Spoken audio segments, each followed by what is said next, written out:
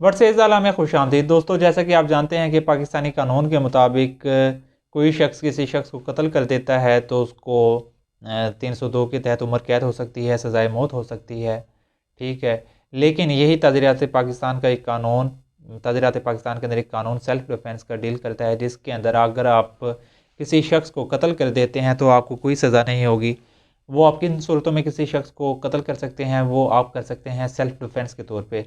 Self defence क्या चीज़ है? बिलफ़र्ज़ एक शख्स हमलावर आपके ऊपर, आपकी फ़ैमिली के ऊपर हमला अटैक किया, उसने आपको जान से मारने की कोशिश कर रहा है, आपके माल को नुकसान पहुँचाने की कोशिश कर रहा है, या आपकी फ़ैमिली को नुकसान पहुँचाने की कोशिश कर रहा है, तो इस सूरत में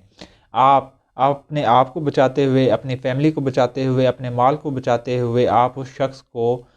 हमलावर को जान से मार सकते हैं, कत्ल कर सकते हैं। दफ़ा करते हुए सेल्फ़ डिफेंस के तौर पे, एज़ ए सेल्फ़ डिफेंस आप उसको इस तरीके से कत्ल कर सकते हैं, जान से मार सकते हैं। तो इस सूरत में आपको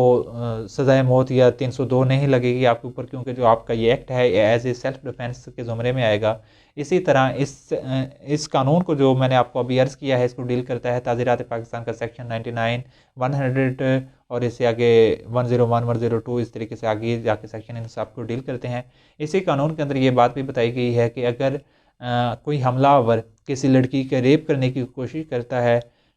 उस लड़की की इज़्ज़त के ऊपर हमला करता है, तो वो लड़की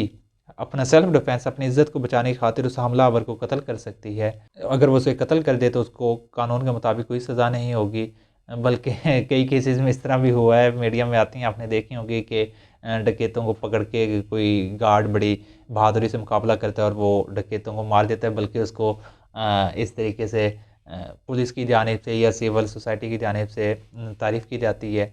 तो इस तरीके से आप हमलावर को